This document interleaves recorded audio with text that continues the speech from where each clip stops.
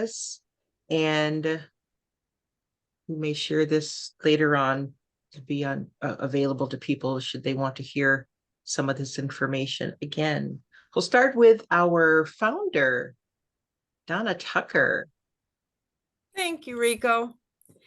As the last founding member of the RWCA, I welcome everyone to the 27th Annual HR Forum, an event that marks another year of our journey as Career Services Association focused on enhancing and improving the resume writing and career coaching professions.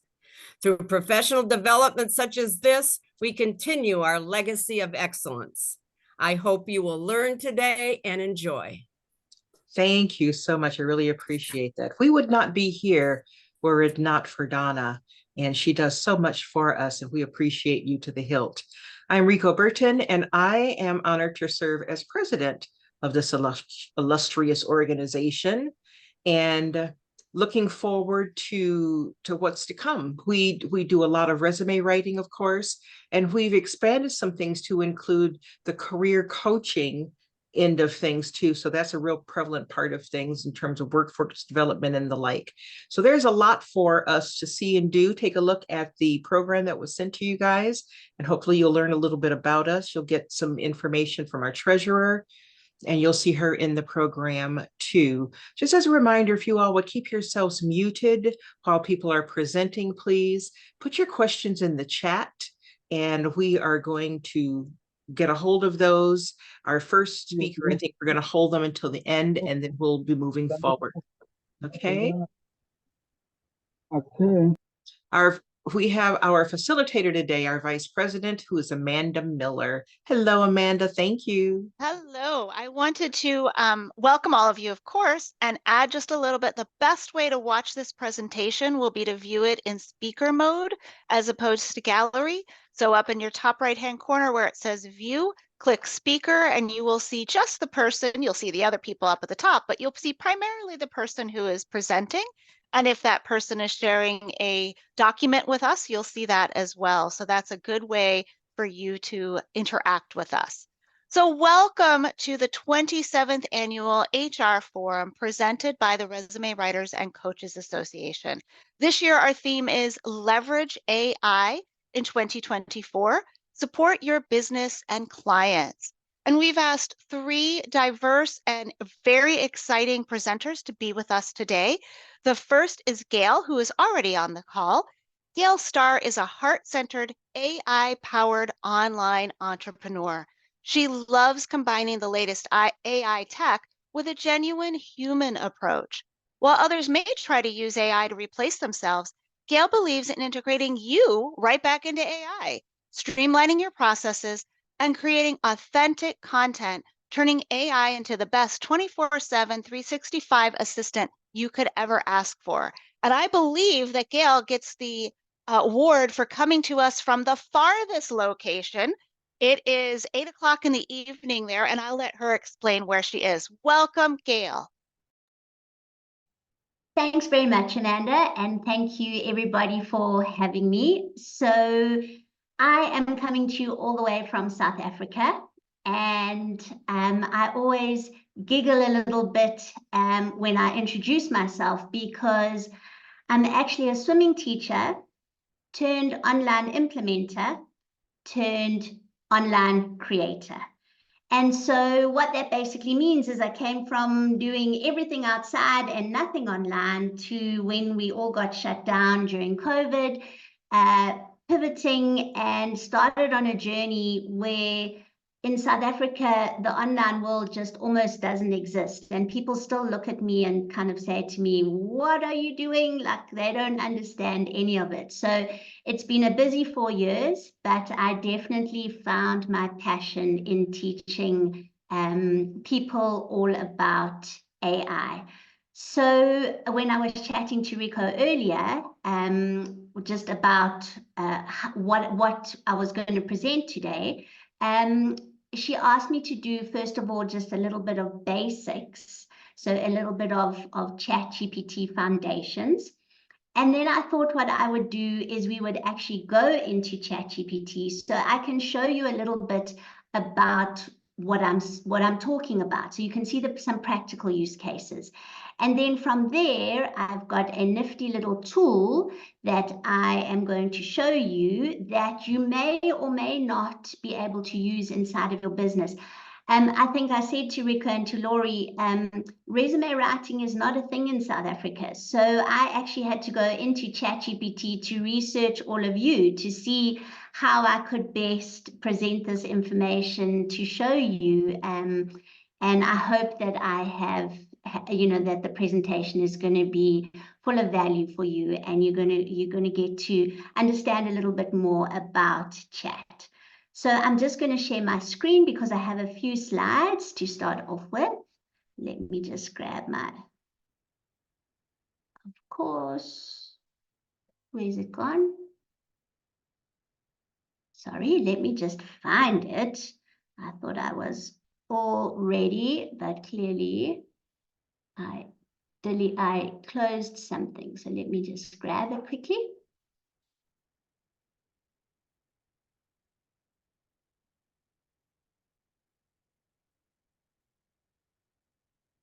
Okay.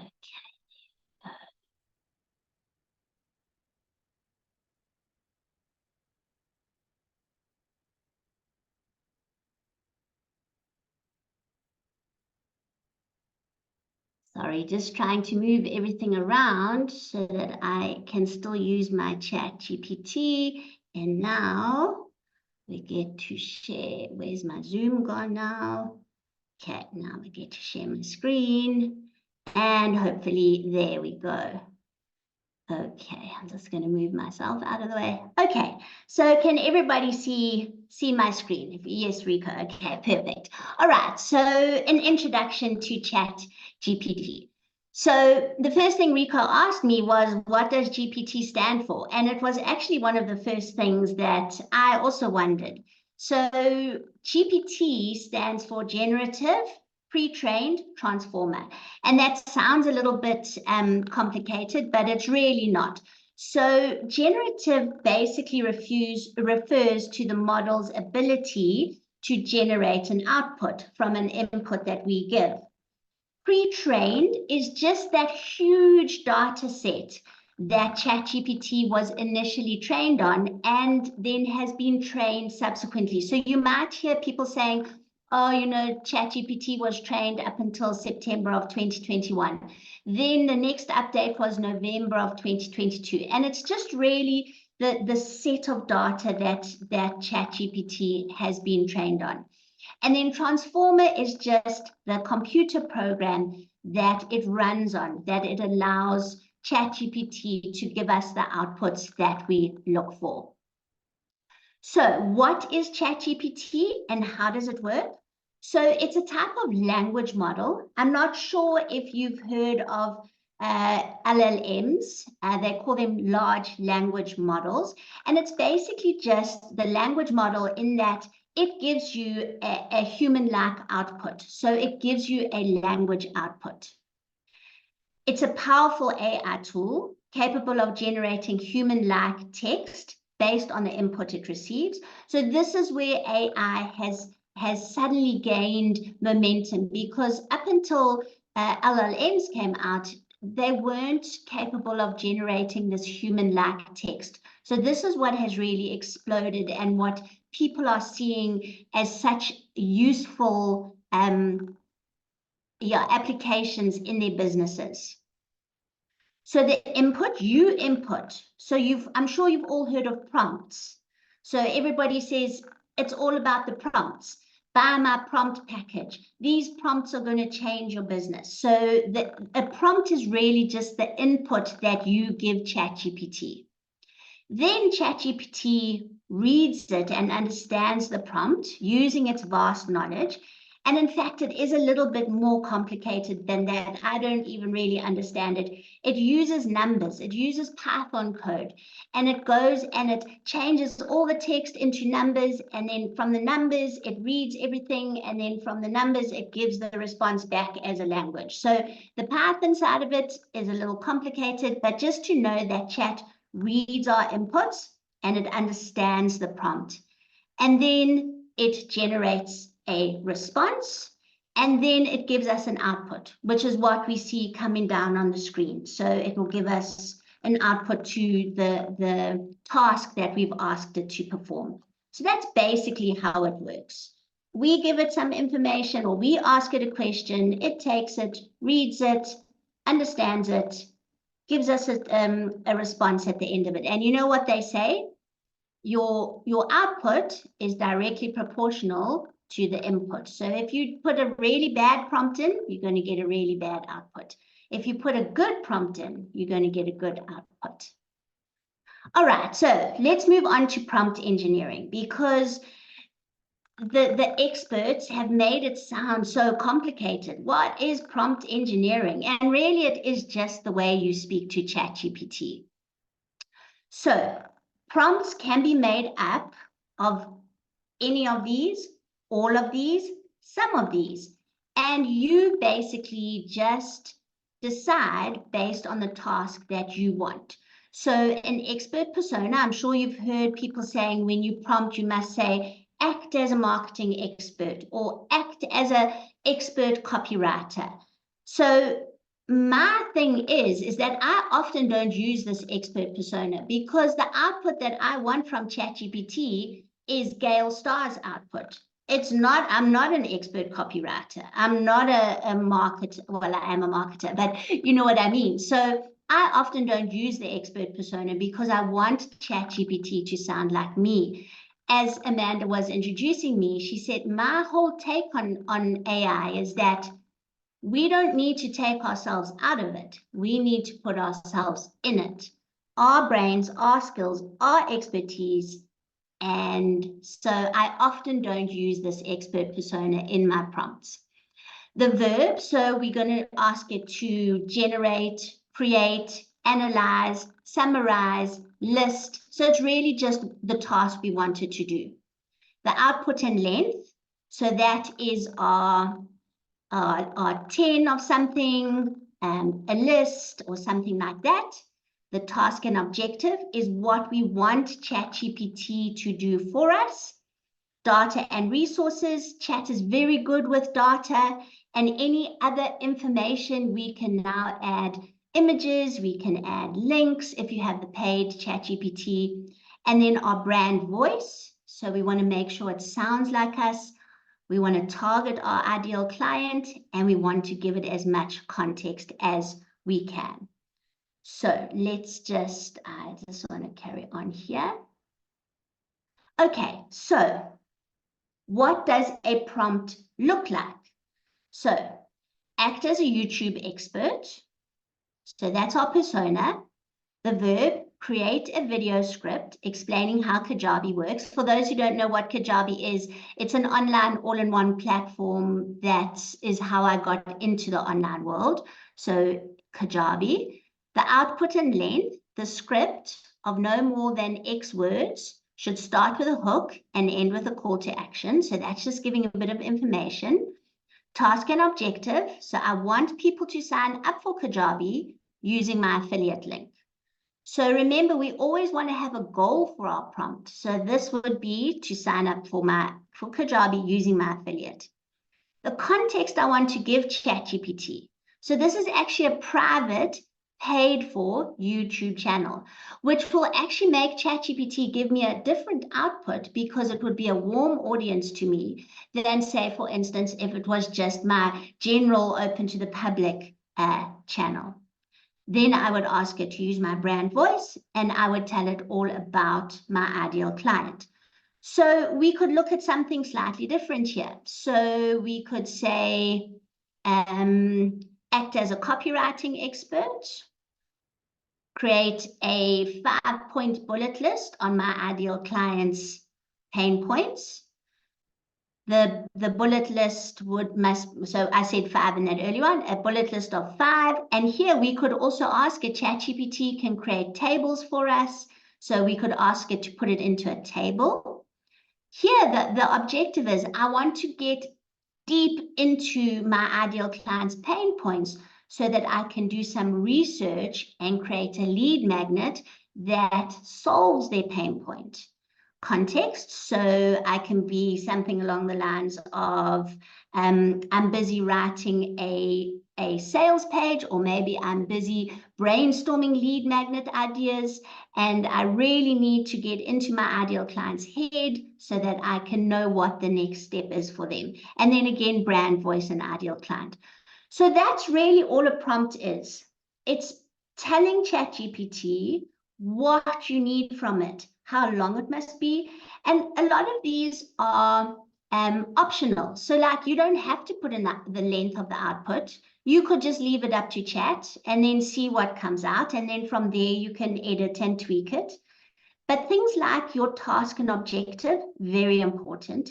The verbs, and interestingly enough, the verbs are very important. There's a difference between copy and mimic. There's a difference between obviously summarize and analyze. So you want to be quite specific in your verbs.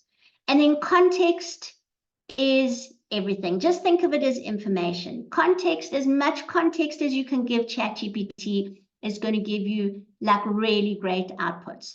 And then these last two, brand voice and target market, for me are your two absolute foundations when it comes to using ChatGPT. So creating your brand voice, because I'm sure if anybody has used ChatGPT who hasn't got their brand voice set yet, they'll know that chat uses words like elevate and ignite and discover and unlock, and it's not, none of us go around talking like that. So it doesn't use the kinds of words, the kinds of language that we use. And then your ideal client is very important. So let's carry on for best practices for chatting with ChatGPT and using these prompts. So start with a clear goal. Keep it simple. I always start my first prompts as simple as possible because you can always build on them from there. You know, a lot of these prompt packs that we initially bought had these really long prompts. And what I find is that ChatGPT will often get confused if you ask it to do too many things at one time. So start with, so say for instance, you're writing an email. Start with the first section and then get that right, and then go on to the next section. It's easier to keep it simple and then move on from there and get more and more, layer it more and more. So I always say to start simple, use specific prompts. So just as I've taught you, you want to have your ideal client, your brand voice, your goals, your context. So make sure that those are there. Be patient and persistent, just like when you have a new assistant or you meet somebody for the first time and they may not know you that well initially, there are going to be some outputs that you're not happy with, but just be patient and just keep going. You'll be amazed how quickly you learn the best way to talk to ChatGPT that gives you the outputs that you're looking for. And then always edit and refine the generated content.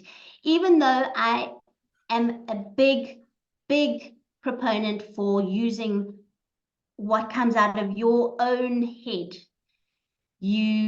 so we train ChatGPT initially. So you often get outputs that are really, really good, but still go in, still edit it, still refine it, and still make the output your own. So those are best practices that I would suggest for using chat effectively. So I said to you, I believe that there are two parts to ChatGPT that you absolutely must do in order to get great outcomes. And the first of them is your brand voice. Now, your brand voice gives ChatGPT your tone, your style, and your language. And the easiest way to do this, and for you as resume writers, you've got lots of original content that you've already written. The easiest way to do this is to take examples of your original content, put it into ChatGPT, and ask it to summarize your tone, style, and language. And it's going to give you what it pulls out. And then add some more examples. I've got about 10 examples of original writing that I use when I start a new chat. I don't often start new chats. Most of my chats I keep in one chat because as you write, it learns more and more and more about you. And actually, I saw an update. There's an update coming that looks like chat will have memory across all of your chats. So it's going to learn your voice, the way you write, everything across all of your chats, which is going to be amazing because we don't have to keep training it. But for now, examples of your original writing, and then ask chat to analyze tone, style, and language, and then tell it to mimic this brand voice in the output that it gives you. So that is the easiest way to do your brand voice. And then what we're going to do together, which always excites me because it just always amazes me how accurate ChatGPT is, but we are going to digitally identify and define our ideal clients. So let me grab ChatGPT. We're going to put it over here. And then we're actually going to work inside of ChatGPT. I have already done this because sometimes at this time of my evening, so it's your midday, chat slows right down and you battle to get some of the outputs. So we are going to look at using ChatGPT to identify and digitally define our ideal client. So our first prompt, which I've just got on a doc here. Okay, so this time I have done the marketing expert because we are trying to create a demographic and psychographic profile. So let me just make this a little bit bigger. Can everybody see the screen okay, the outputs okay? Because chat goes really fast. All right, so act as a marketing expert, create a detailed client avatar buying persona for my resume writing and coaching business, targeting job seekers in the corporate space. I need as many details as possible about this ideal client to create a targeted strategy that resonates with them. List the pain points, values, behaviors, and demographics of my target audience as well. So then we just hit the go button and ChatGPT starts the ideal client profiling. And you ladies will have to tell me if it looks correct because I'm not 100% sure exactly who your ideal client is. So chat says they're between the ages of 25 and 45. They're actively seeking career advancement or looking for a change in their career paths, bachelor degree or higher. They value education and understand it's important in the corporate world.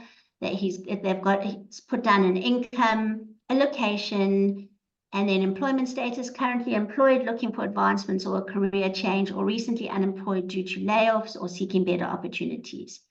Then we have our values: professional growth, work-life balance, job security, professional development, networking, leadership and industry trends, ambitious, driven, detail-orientated. If this sounds like your ideal client, will you give me a thumbs up? If it's not sounding like your ideal client, will you give me a thumbs down?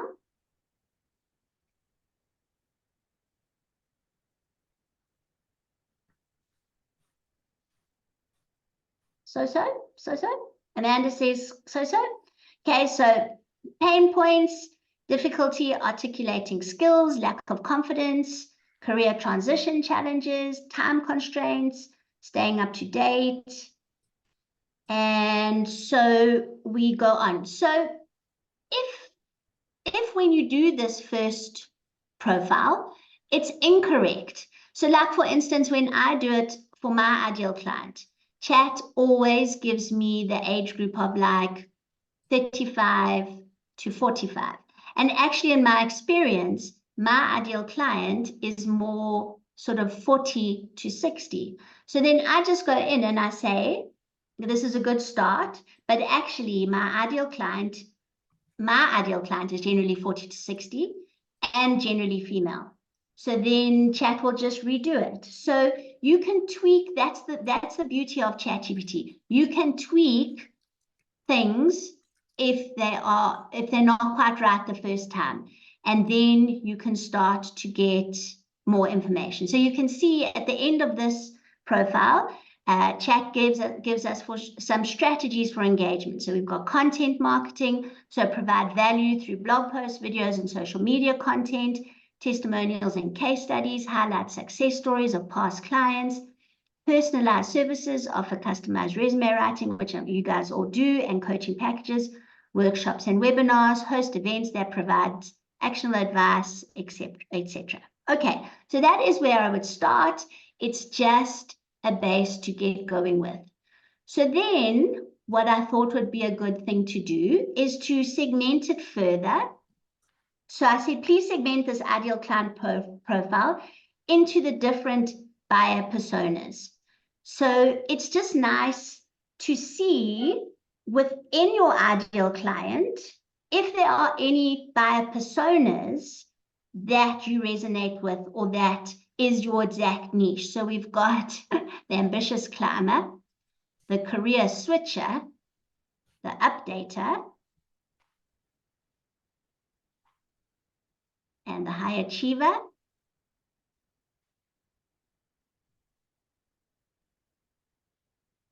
So again, ChatGPT is pulling this from all its knowledge. If you know that your ideal client is actually like moms who gave up corporate to have a family and have been out of corporate for 10 or 12 years and now wants to get back into corporate, then you would put that in as, you know, some information, and ChatGPT would then do this kind of research, but with your particular, your niche. So I'm not sure if these are any of the ideal clients that you look at.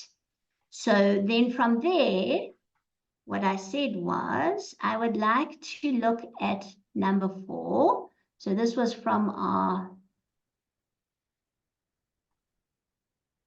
okay, this was from when I was doing it this afternoon, just in case we couldn't get onto ChatGPT. So I said, I'd like to look at number 4. So I'm just going to change this, the high achiever. Can you please create so then for that specific ideal client, we're going to create this persona again. And then we're getting a much more niche down ideal client profile here.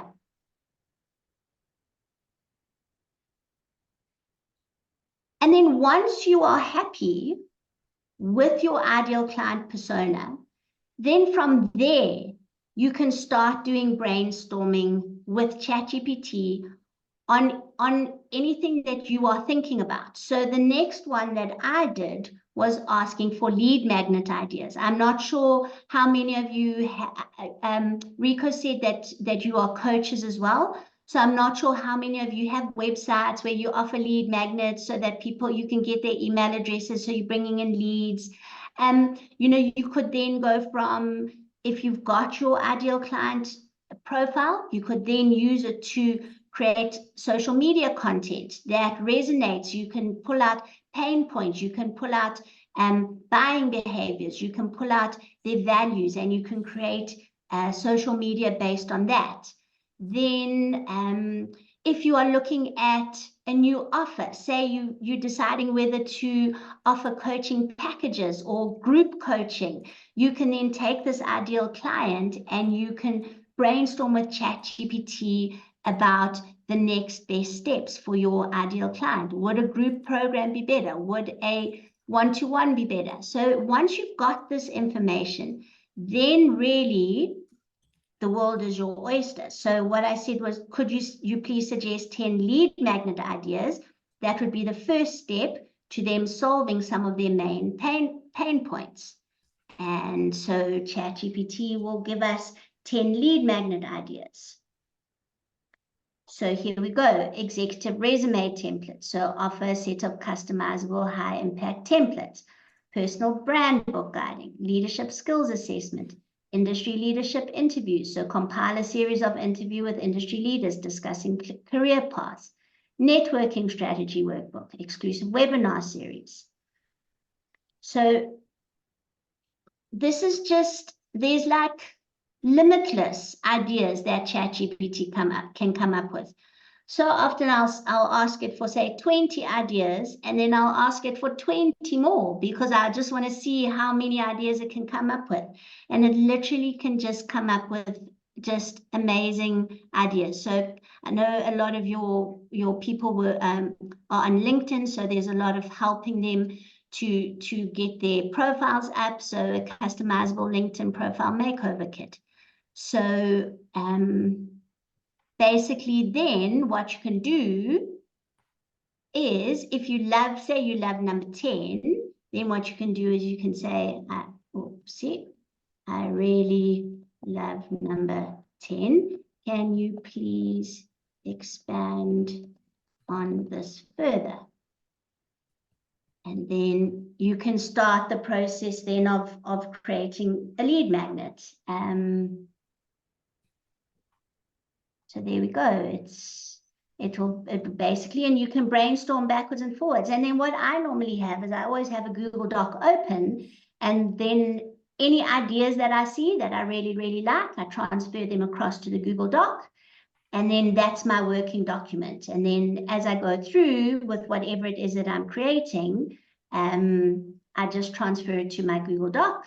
And yeah, once it's ready, then I go ahead into Canva or wherever and I make it.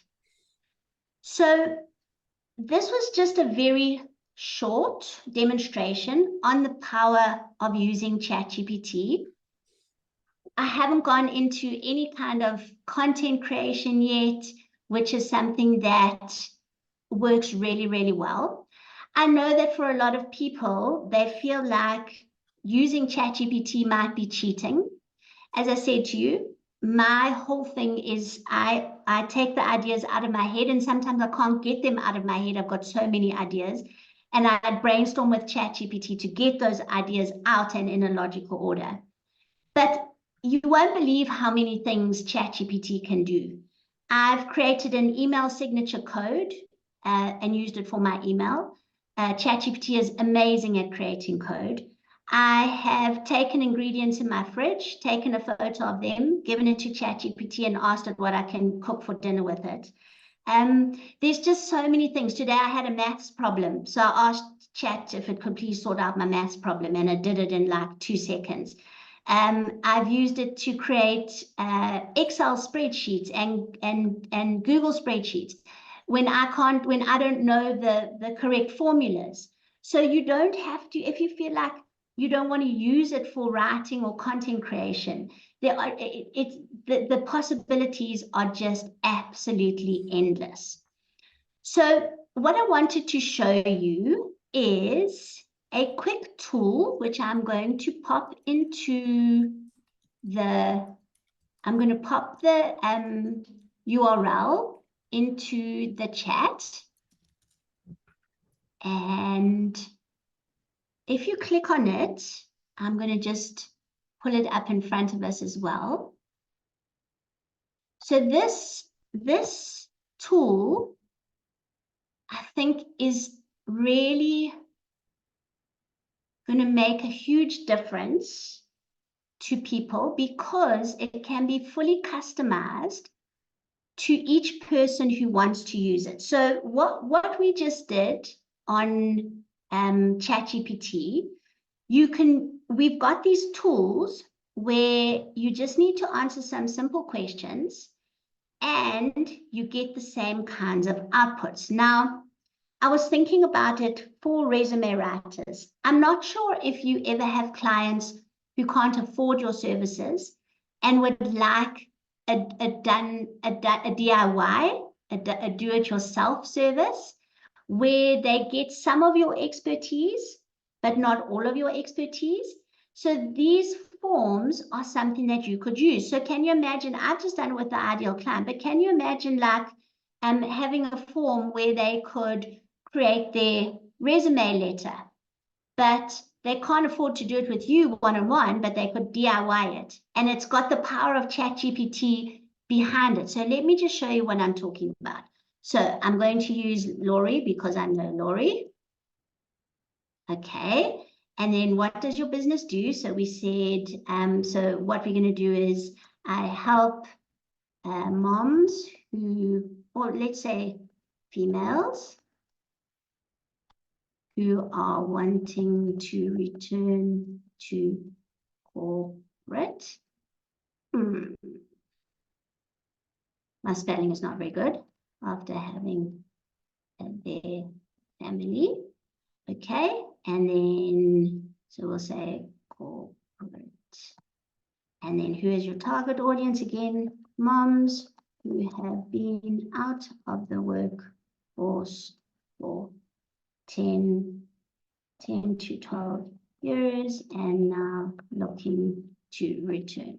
Okay, so then all your client needs to do is generate their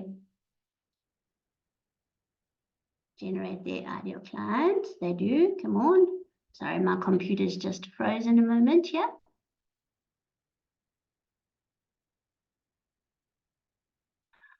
Oh, what happened here?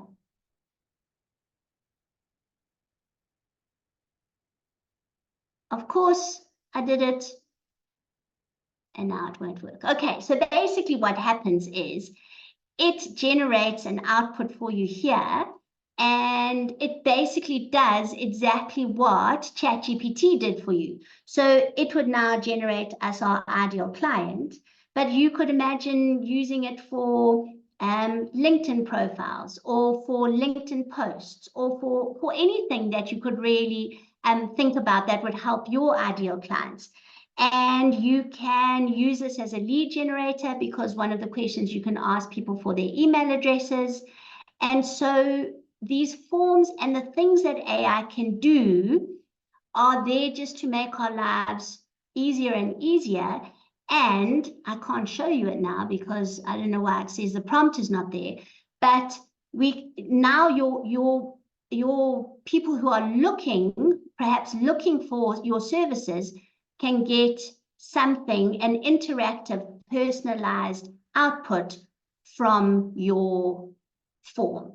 So I think what I'm going to do, let's take some questions, and I'm quickly going to see if I can see what is wrong with that form so that we can try it again. I can show you exactly what it looks like.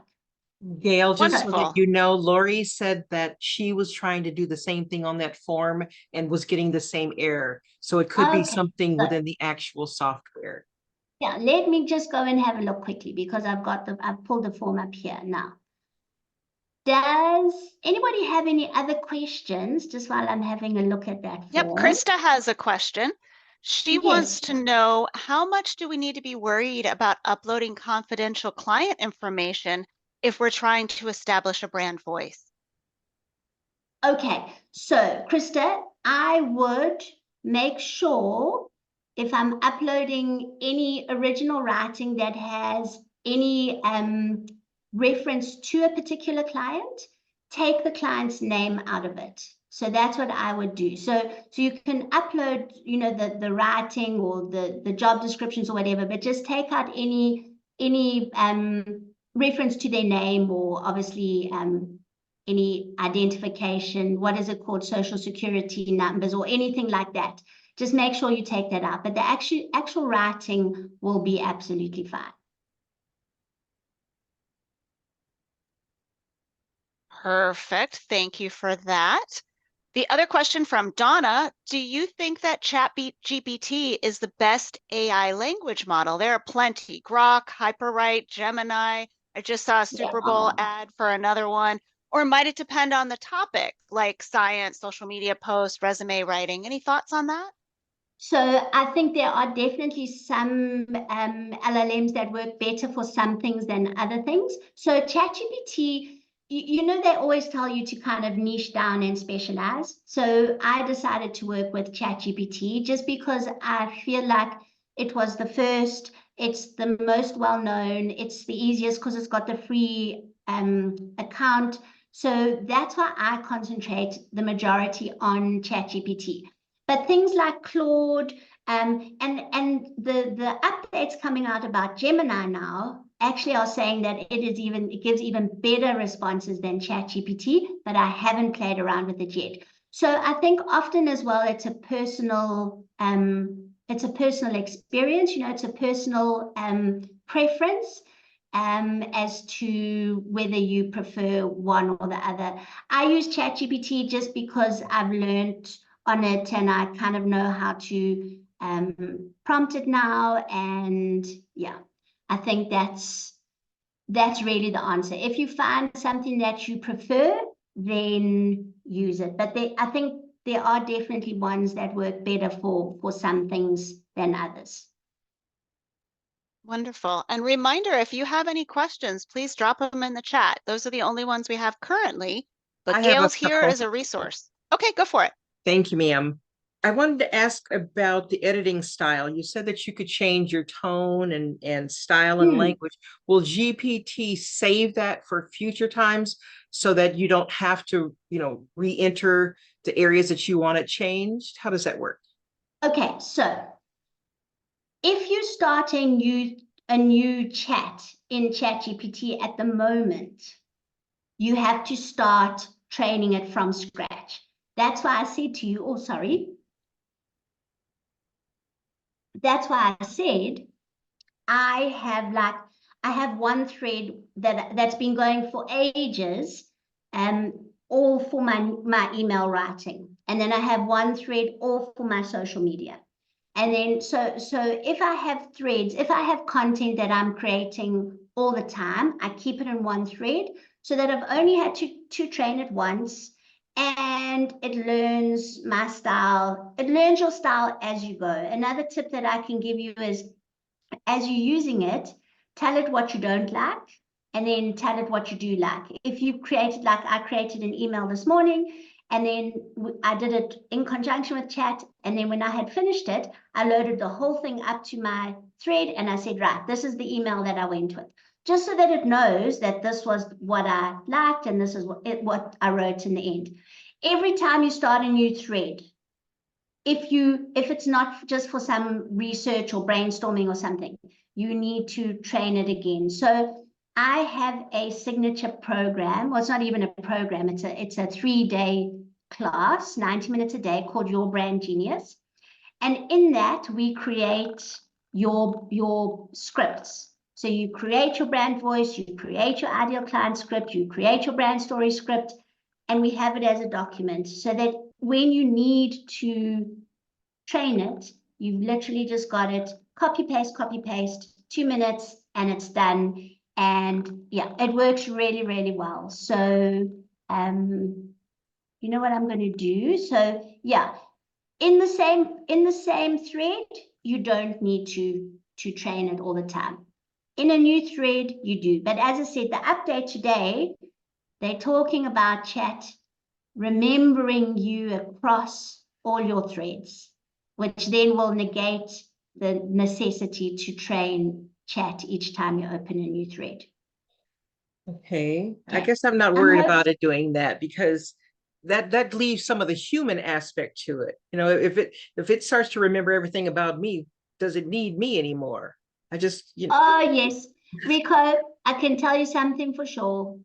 AI needs you more than you need AI. So yeah, don't it's not ever gonna replace you, because you have all the life experiences that it will never have.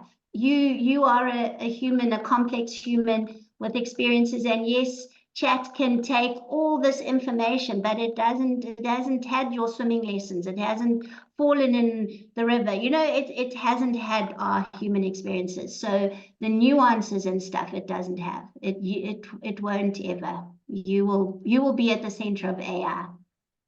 That's nice to hear. Okay. And it's free, right?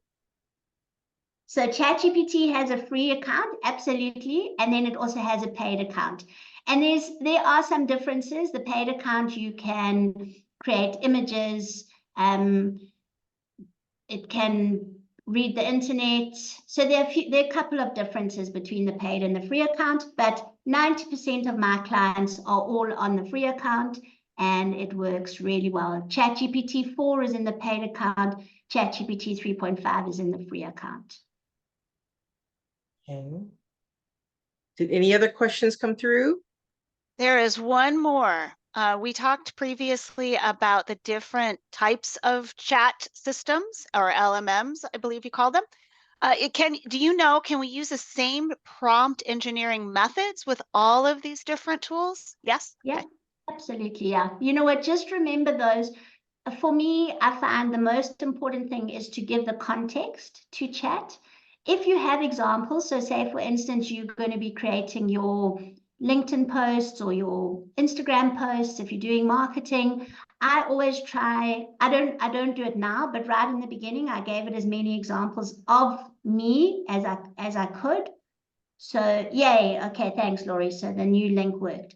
So chat does really well with knowing the task, knowing the output length, the type of output you want, and then context, and obviously your ideal client. Nothing happens without your ideal client. So you need to have that defined clearly, and you can ask ChatGPT anything about your ideal client. It's amazing. I actually simulated a coffee chat. I told ChatGPT that we were sitting in a coffee shop and that chat was my best friend and that we were having a discussion. And it's amazing how human it was. We started talking about feelings, and you can do a real deep dive into your ideal client with ChatGPT. Thank you. Thank you. That's so wonderful. You've given us so much information, so much to think about. We so appreciate you coming in here all the way from South Africa, making that big flight. Yeah. Thank goodness for Zoom, right? Absolutely. And if anybody, so on the first link, there was a way just to get the prompts from me.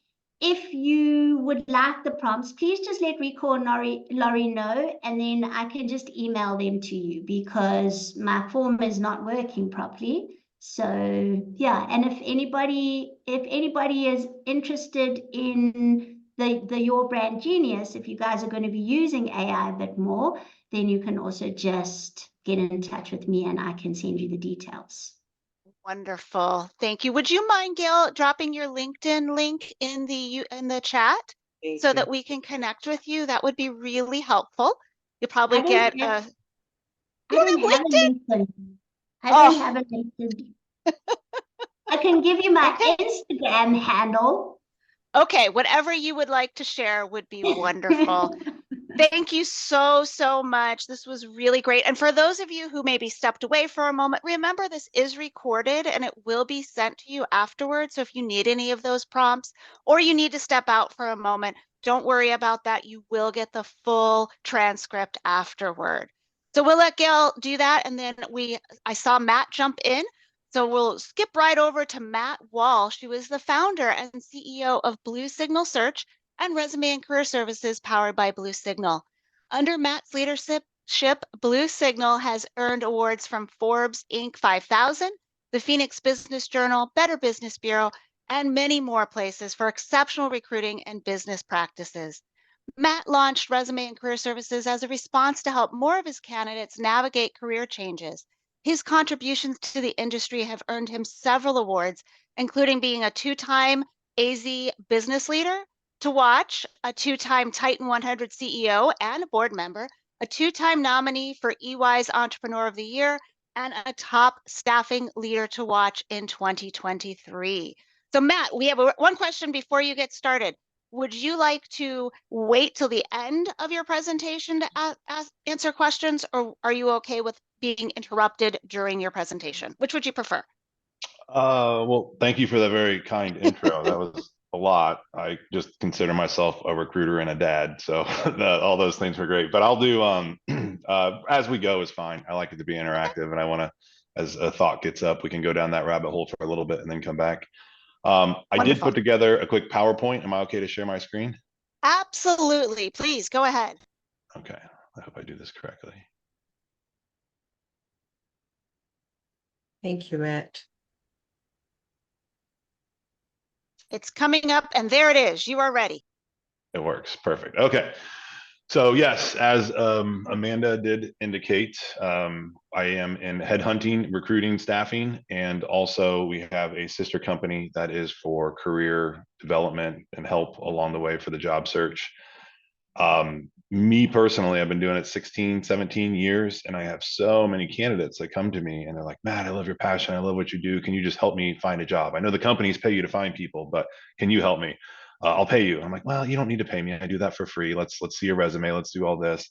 And so we developed that as a way to help folks just with, I think now we have over 300 some years experience from top headhunters and recruiters at our company. And there's little tips and tricks and things that we know work to kind of elevate your job search and make someone look really good to a hiring manager. And so we tried to create all that into a ton of YouTube videos. In fact, it's all free. So feel free to hop on to the website. I will say Amanda did a lot of the heavy lifting on that. She's phenomenal. Amanda's one of the best in the industry. So if you ever get a chance to check those out, go for it. What I was hoping to talk to you about today is just some of the AI that we're seeing in the headhunting recruiting space, as well as for clients, what they're using and where we see a lot of it evolving over time. So real fast, my marketing team did a quick snapshot on the history of AI. Sounds like you might have already reviewed some of that. I don't want to bore you with it. But what I will say, because I watch a lot of economists, I'm kind of a nerd about that. Maybe one every week, quite frankly. So I've seen probably 100 or so by now. And they all said there was a recession last year and they were wrong. The one thing I know about economists is 80% of the time they're wrong. So although I listen to them and I like what they say, it's not 100%. One thing that is 100%, they look at, ever since the Industrial Revolution, something comes out that's game changing and it adjusts the way that we do business. It adjusts the way that we're doing things. 70% of the jobs that are out there today were not here back in 1940. I know that's a long time ago. I was like, Matt, that's 80 years. But think about advances since then. And I don't have this chart because I got it from another economist and I don't have the ability to share it. But basically the curve of how we're going to see things changing over the next few years with robotics and AI and machine learning and just all the new tech out there is going to be almost 10x what we've seen in the past. And I don't say that to scare you, although it is scary. I say that to excite you because there's going to be so many opportunities out there. And right now, everybody jokes around and they say, listen, AI is not going to replace you, but someone using AI is going to replace someone not using AI. So I hate to say it, but you probably ought to get on the bandwagon or at least start looking through it, at least start playing around with it.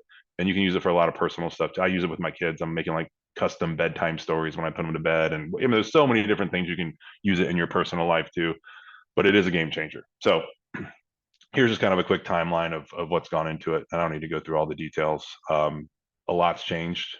It's been around for a while, but just most recently has made a lot of headlines ever since ChatGPT was launched. So AI in the workplace, recruiters are 100% using this. There have always been softwares out there that when you submit a resume or you submit an application, it looks for certain keywords and kicks it back. And it's terrible. I mean, there's so many people get overlooked and it's not in there. And so you really need to get a good resume writer that understands how these ATSs read the resume. And there are AI tools out there, but I will tell you, they're not as good as the human element that really understands what you bring to the table and where it's at. Most people, me included, don't know how to brag about themselves. Because let's face it, a really good employee or a good person that you want to talk to or work with, they're humble. Of course, they're not going to brag about themselves. So how do you do it when it's time to write a resume? And so it's difficult, and that's where the disconnect is. So many of these, they're screening and they're matching and they're ranking and they're doing it off of that one piece of paper, which is ridiculous to narrow and put your life on one piece of paper and think that that's how they're going to evaluate you. But unfortunately, it's what we're seeing, and we're only going to see that more and more as companies look at ways to automate, streamline, and more importantly, pay less to affect the bottom line. So you have all kinds of matching and ranking softwares. You have chat bots that will just answer basic questions. Sourcing, like I said, I'm a nerd about this, so I'm usually doing a demo or two a week just on all the new tools and tech that are out there. They're all great. I mean, they all do something different, but they're always searching, whether it's LinkedIn or whether it's your social media feeds or whatever it is, it's searching a lot of stuff out there. Pretty soon, and you can hear this, maybe you've heard this before, but pretty soon, LinkedIn and some of these other tools out there are going to have this platform where a hiring manager simply goes and says, I'm launching this division, I'm launching this division, I need someone that can solve for this problem, solve for this problem. It'll custom create a job description. It'll custom create the actual must-haves or vernacular that they're looking for in people in their profile. It'll also search the web for companies that have done that exact same thing in the past and people who were in those roles for those companies at that time frame. It'll build its list. Then it's going to create custom messaging that sends out to those people based off of where they went to school, what their interests are. It'll search their social media for, oh, this person likes hiking, this person likes to go fishing, and it will create this custom message that is way better than any human can do because they're not going to put this time and effort into sending you a message. And you're going to read this and you're going to go, wow, that's impressive. They're going to respond. And pretty soon the human is going to get the hiring manager is quickly going to get connected with that person based off of all of what I just described. Is that there yet today? No, of course not. But they're working towards it. Everybody wants to build this first and fast and get it out there. And so why do I share this with you?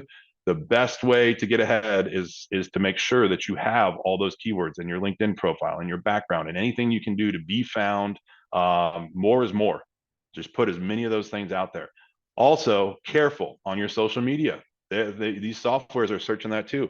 When you went to that party and did whatever, I mean, Facebook, LinkedIn, Twitter, X, whatever they're calling it now, and I mean, TikTok video, like all these things that we like to do personally, they're going to be sourcing that. They're going to be looking through that. They're going to be ranking, stacking you on how your personal behaviors are because they just think those are going to get carried over into the workforce. So that I say to one, be more aware, but then to also scare you, careful, people are looking into that stuff. So it's not the best time to talk about the great party you had and drinking and all that other stuff. I would talk about the good things that you're doing in your life and giving back and the volunteering and the hikes and the wellness and things that would carry over into great. This would be an amazing employee. Predictive analytics. Holy smokes. I mean, it's crazy to see, well, this person was a year here, a year here, a year here, 5 years here. What is the calculation of them staying with us for this amount of time, while also how effective will they be based on how effective they were before? They're going to start doing this in references and scorecards, and they'll somehow get a way to get a copy of your performance reviews from other companies. And everyone's like, what? That should be locked in history. No, it's not. If it was on the web, it's able to find. Are all these AI softwares legal and are they doing the right thing? Who knows? Half it's not even been mandated yet. I mean, they are going back and forth on what to do. I know they're trying to put down a law that these voice AIs, you can't use them for outbound calls, but people are still doing it. I get them. I actually mess around with them when they call me. I'll be like, hey, what's your name? Do you like long walks on the beach? Like, I'll mess with them to see how good they are, and they're amazing. And so, yes, the FCA or FAA, whoever regulates that, is basically saying, no, we want this to be illegal because they're using insurance and financial services and other places are using these. And I know a lot of recruiting firms are using these too. In fact, I saw one of the big ones, $2 billion staffing company. They'll get thousands of candidates' profiles and they'll reach out and they'll say, hey, I'm a virtual recruiter. I have a few questions for you, and they'll get back. So who knows, because some of it's regulated, some of it's not. It's going so fast, regulation can't keep up with it. So my advice is just be smart, whatever you put out there, be protective, careful on what you say. There's a lot of these deep fakes out there where they can take your voice, your persona, and they can create that. So me and my family, we have safe words that we use. Like, I'm never going to call you and panically ask you to do this unless I say whatever this safe word is. And sometimes you probably all gotten these. They'll call your number, you'll hear nothing. They just want to hear, hello, this is Matt. Well, guess what? When you say that, hello, this is Matt, now they have that and they can manipulate it and use it in other ways. And then they call back and you're like, who is this? Well, now they have 3 more words from you, plus anything you're putting on the web. So careful, I'm scaring you a little bit, but also I'm telling you, this is an opportunity to get ahead of on some of those things. And then of course, all just the networking. And the good news is with AI, it is a little bit of bias reduction in recruiting. I mean, they don't know if you're male or female or the color of your skin or your beliefs and things that you put out there. So they are looking at it as an opportunity in that way. The employers themselves have all these exact same things, AI driven customer service, training and development, workforce planning, health and safety. I mean, we're starting here internally, we're starting to use some AI for actual training of our new recruiters. So instead of going out there and trying to get a client or talk to a candidate without ever having done it before, let's throw you through some AI simulations first and hear some of the stuff that they could say or not say, and then give you coaching on it. And all of it's done by a machine and done by AI. So it's really impressive. But they'll do that to start employing, to doing productive employee productivity and time management and things that you can look at. Another guy that I know in the staffing world is out of Bali, of all places, but he has developed this AI platform that they do it a lot for customer service reps and for BDRs, a lot of big call centers where they're training people to be in these call centers, and they're doing it all through AI. So here's how you score when you apply in your resume and your first couple of interviews. Then they'll put them through real world scenario training with this AI, and then they'll basically, unfortunately, reduce this entire person and all their background to a number and a score. And then as they're an employee moving forward, they keep track of all that stuff too. So that's some of the things we're seeing of AI in the workforce from both recruiters and both employers. So your next question might be, well, how can candidates use AI? Let me tell you. So resume optimization, absolutely. I mean, there's so many different tools and tech and out there, and it's great to explore and see how it is. They're not all perfect. I mean, even Chat GTP, whether you have the real version or the paid version, it's not always accurate. Be careful if you're just cutting and pasting and putting that stuff out there. They're continuing to work on it, but it's wild to see some of the mistakes it makes. So if you're going to do that, just always double check it, make sure you read it. And there's softwares out there now that say, I have this is the job I want, here's my background, create the resume for me. And it's supposed to pull that resume and that cover letter based off of that job description, based off of employees at that company, based off of your background that you've already done, and do all that for you. Again, a lot of errors, but it does do it, and it will only continue to get better. Interview preparation. I actually know a guy that developed an app where you put in the job description, you put in your resume, you put in the hiring manager's background, and it will kick you back all the questions they're likely going to ask, the questions that how you should probably respond. I mean, all this stuff just based off of all of this data. And most people are saying, yeah, I know, but it's not that good. You're right, it's not that good, but it will get better as more people use it, because that's how it learns from all this data. Us as humans, we can only take in so much. We can only learn so much. Yes, I've been doing it 15, 16 years, but this machine will very quickly have 15, 16 years of experience in like a couple months, just based off of all the data it has. So imagine what it's going to have 3 years from now. So it's all about that data it's collecting. And then just the networking assistance and sending out and getting into the right associations and organizations and businesses. I mean, it's crazy how well it's doing all that. I thought I had, okay, here it is. Salary and marketing insight. I mean, we even have a tool here internally that looks at it, but you can use it yourself. There are tools out there now. This is scary. And I know this because I signed up for it, that will look at, let's say I'm looking for a .NET developer in a certain zip code. It actually has access to some of those .NET developers' actual W-2s. How scary is that? So it's giving you this market data and salary surveys on those. The nice part is some states have it where it's mandated. You need to list the salary range. You need to put where it's at. And there, most of these job aggregates like a Indeed or LinkedIn, or even if the employer doesn't put it on there, it'll put best guess of that salary. It's close. I mean, it's not perfect, but it's really good for you to have salary and just market insight and what you can use. So there's all kinds of tools out, and I'm going to show some of these tools, by the way.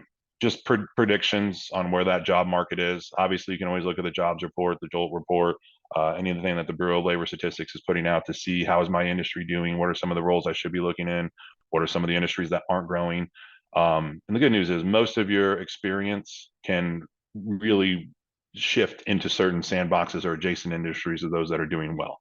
Everyone's like, oh, AI, and I don't have the right background. The one thing AI doesn't have is critical thinking. So you have that critical thinking. You've been there. You've done that. You can apply a lot of this.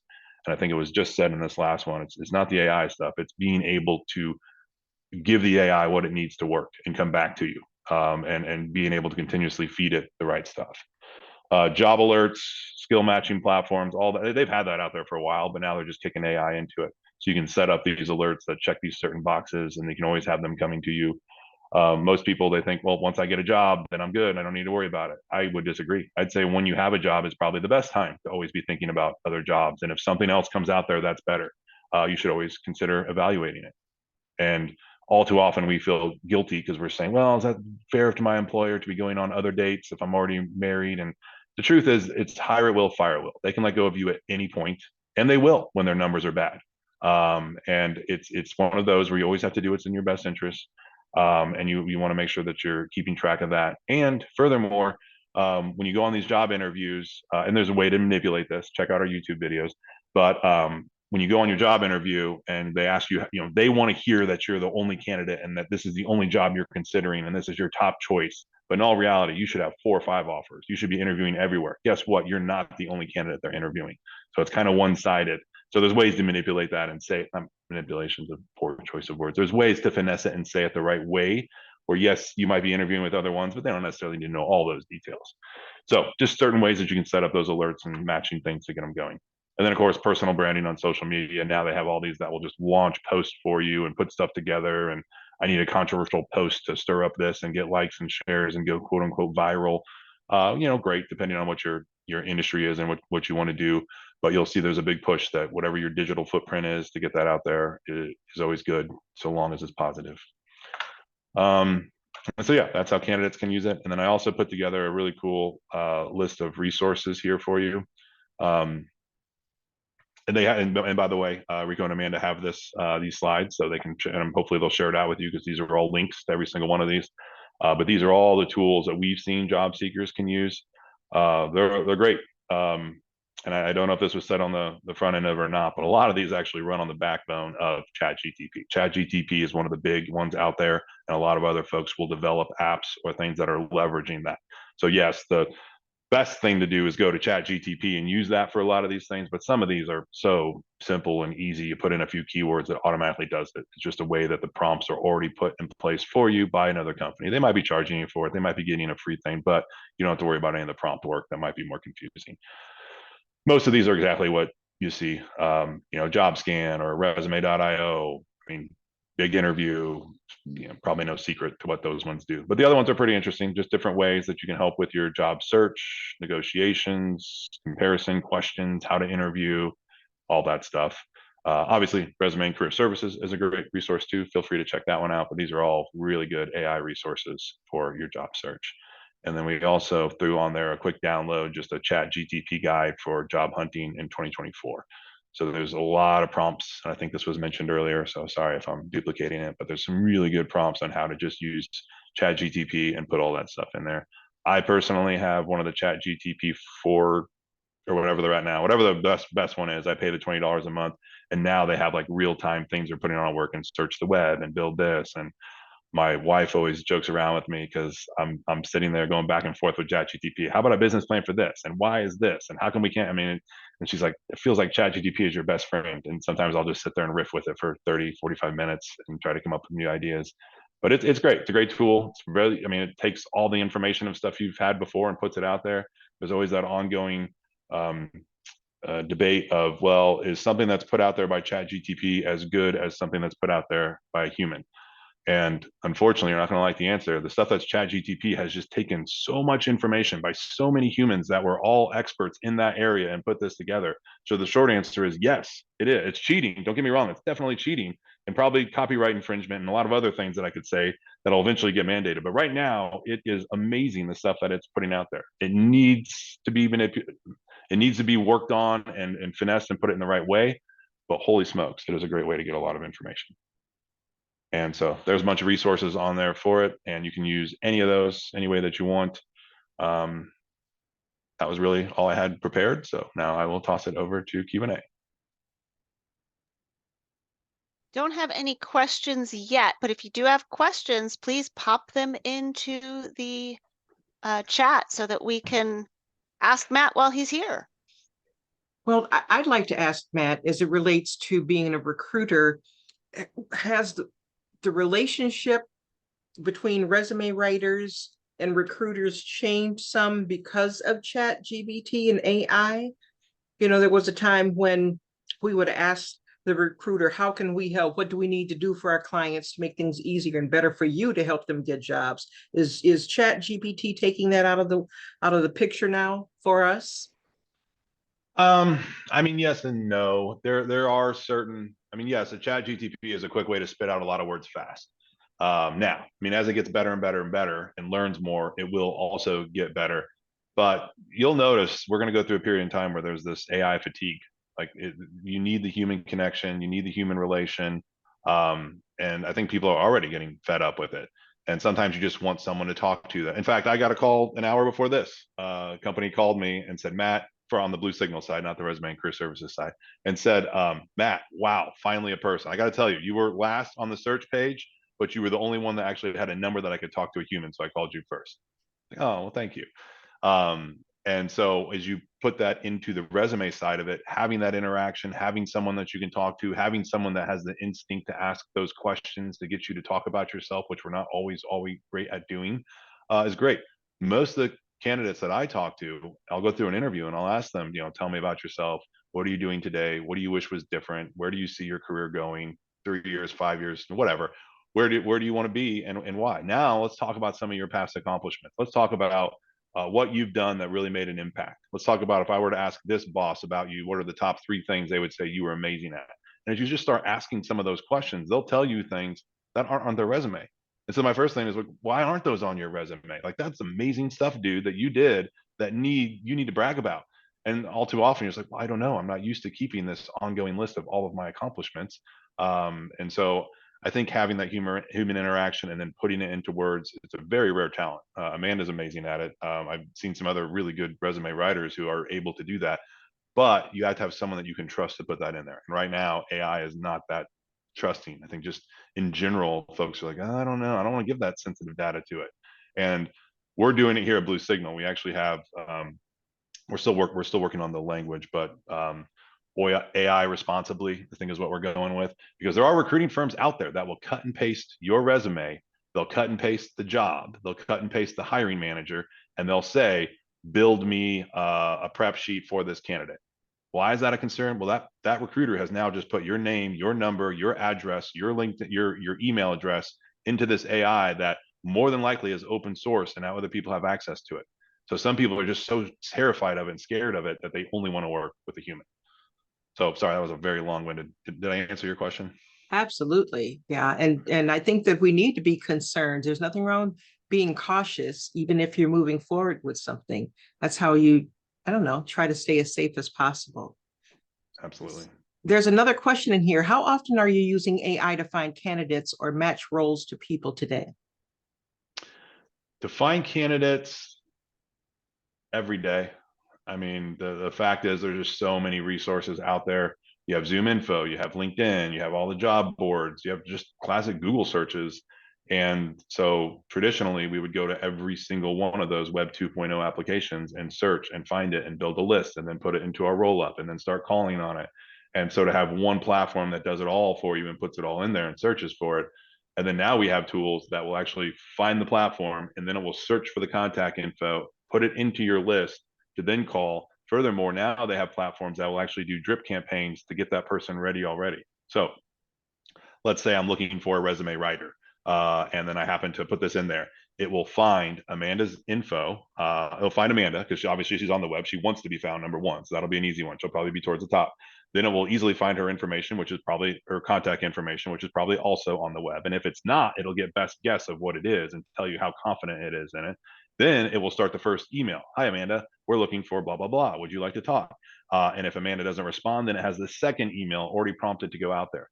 So we are using AI from the sourcing standpoint, all to the contact standpoint, just to get that human interaction going. Oh, thank you. So a question I often get asked from job seekers is, do recruiters know if their resume was written by AI? Sometimes, I don't know if it's that. There's like a certain word that ChatGPT uses that you could tell if it's all over the place. It is. I want to say it's that. I don't have it handy, but there's one particular word.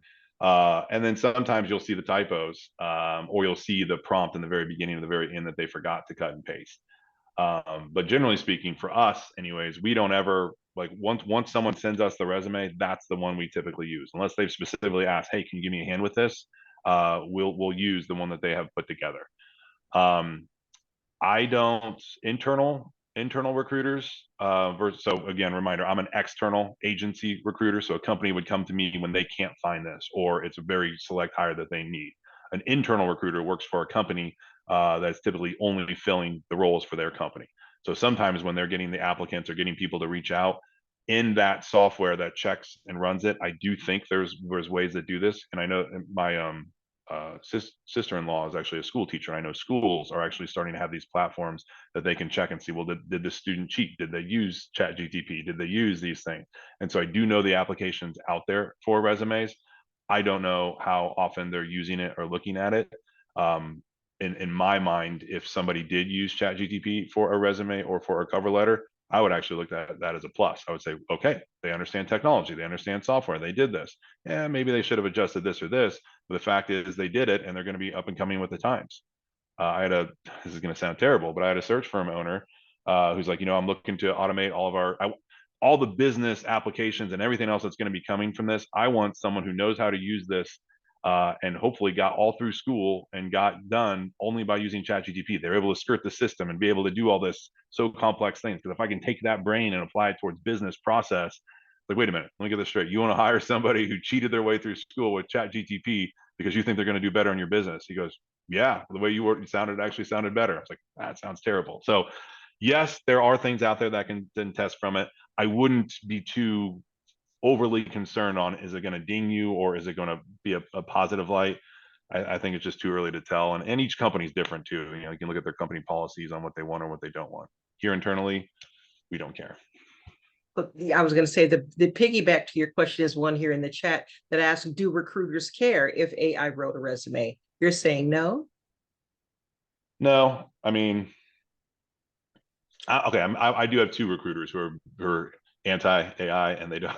They just, for whatever reason, they watch too many Terminator movies, and so they're against it. But for the most part, I mean, it's technology. I mean, could you imagine? That'd be like back in the day saying, "I can't believe this person's using a computer. This should be typed out on a typewriter. How dare they use a computer just because it's new?" I mean, eventually everything's going to be an AI, and it's just the way we're going. So I don't think early adopters are going to be frowned upon, except for those ones who are super fearful of it and think, like I said, they just watch too many Terminator movies. Right. Amanda? I don't see any other questions. So unless you have any more, I guess we can say thank you so much to Matt for sharing your information with us. Matt, will you drop your LinkedIn URL in the chat box so that people can connect with you?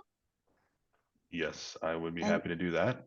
Thank you you for will having get a me. surge of people connecting with you, I'm sure. Be sure to tell Matt how you heard about him at the RWCA meeting. Rico, would we like to go ahead and start with Marie, or do we want to take a quick 5-minute break? What are your thoughts? I think if we're going to do that, it needs to be 4 minutes. We've got just a quick break. I know some people may have to use the restroom or something. If you could do that very quickly and come back, and so that our final speaker can get her information in. She's got a lot to share with us, and I'm sure there's going to be lots of questions like we've had for everybody here today. So yes, Okay. Go ahead. So it's 12:22 now. We will start back up at 12:26. That's all you get, 4 minutes. That's If it. you can make it happen in 4 minutes, I'm going to go get a cup of coffee. So that sounds like a plan. See you in just a minute. Thank you. And Marie, if you want to get ready to share your screen, we'll come back and introduce you and have you ready. I'm so glad that for those people that are on and not going to the bathroom or whatever, to have you here. Thank you so much. It's nice to see new faces and new people, new names and the rest. And I'm excited about that. Just absolutely.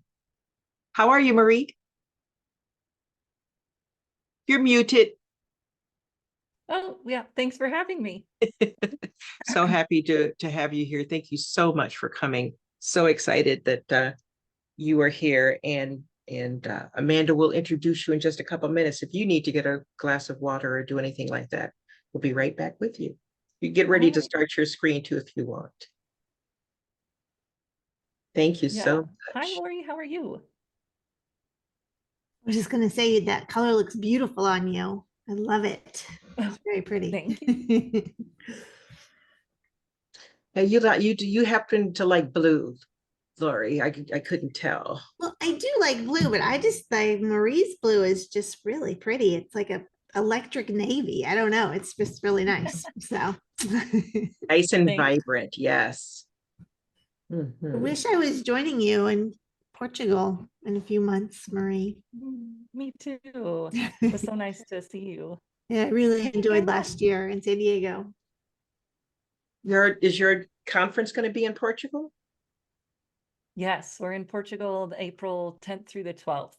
Oh, wow. You're finding ways to have fun too, aren't you? Good for you. Yeah, we have a big European audience, so it's always nice to go over there and be there where they can join us. Absolutely. And maybe go a little earlier or stay a little later and still enjoy some of that. Good for you. Yeah. I'm Good. so happy for you, Marie. Hey, It's so good to see you. How are you? you too. I'm good. You do look lovely. That is a nice, I like that word, electric navy. I'm gonna go with that. I like that. Very nice. Okay, I am going to just do the introduction now, so that will get Marie started at 12:26. So if people miss that, they can always see it on our program. So Marie Zimenoff is the CEO of Career Thought Leaders and Resume Writing Academy. She knows the power of personal branding firsthand because she began her professional career as an advisor and recruiter in higher education while completing her Master of Education in Human Resource Studies and Career and Counseling Development. In 2008, if you remember the peak of the Great Recession, Marie left the university to start her own business. After struggling to succeed in the shadow of others, she found a program that changed it all, personal branding. With newfound knowledge of how to connect early experience, a passion for career development, and an entrepreneurial spirit, she took big risks to build a global community. Today, she trains career professionals worldwide, as we just heard, in career coaching, personal branding, and resume writing. Welcome so much, Marie. We're thrilled to have you here. Yes, thank you. Hi, Amanda. Hi, everyone. It's so good to see you. I know I get to see many of you in person regular basis, so it's good to connect virtually. And today we're going to be talking about how we can use these tools, various tools. We'll look at some of the other language models besides just ChatGPT, which we saw earlier in that excellent presentation. We're going to look at how we can use those tools in our work with clients.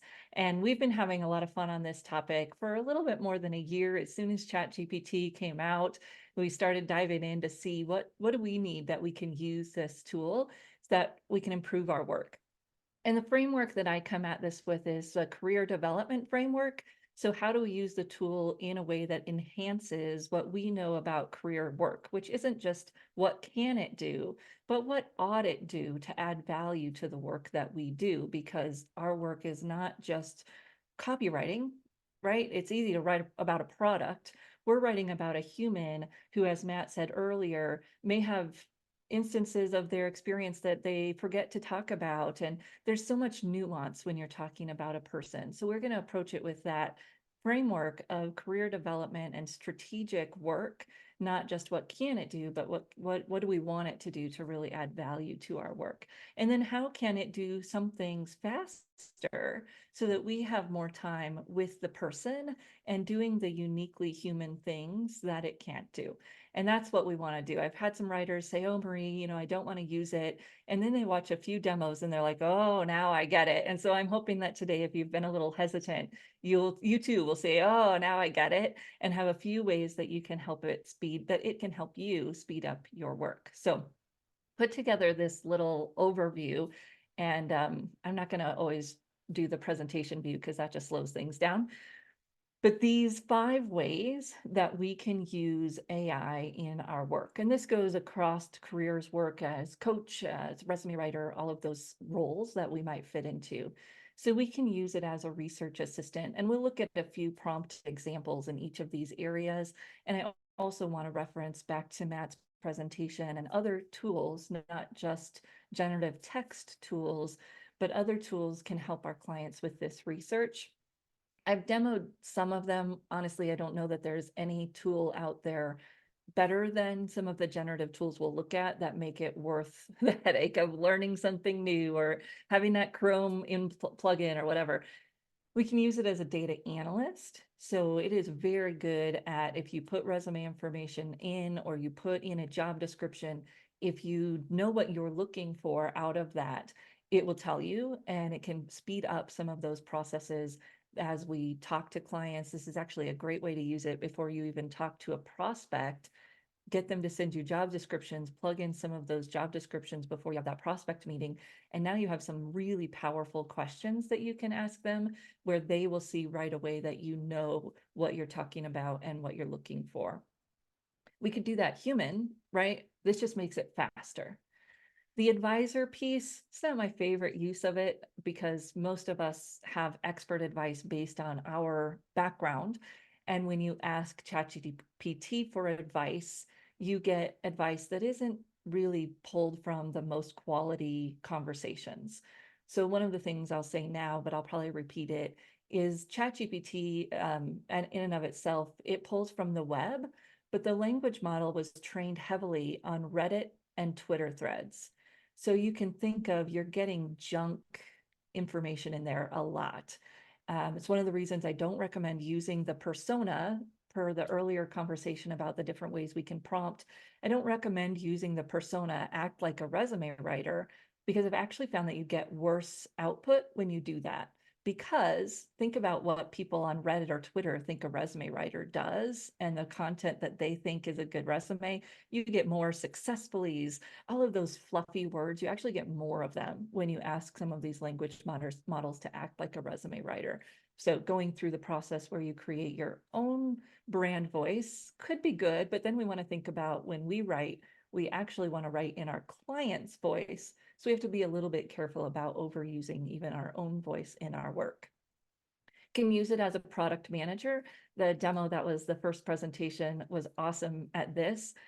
Think about how you can take what she was saying and do it for a client. If we have enough time, I'll show you an example of how we could say, okay, my client is targeting this role. Who would that hiring manager be? And let's create a buyer persona for the hiring manager my client is targeting. And it just takes your ideas of, talking to the pain points to a whole nother level.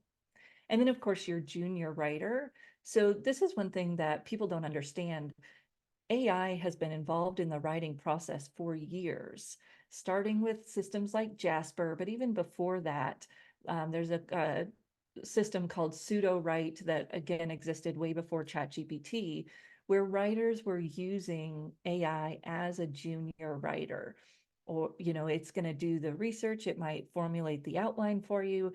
There's so many things that it can do. It just has to have that human partner to make it really work. So we're going to go through some of these case studies and then we'll dive a little bit more into the writing one in a minute. So first thing, research assistant.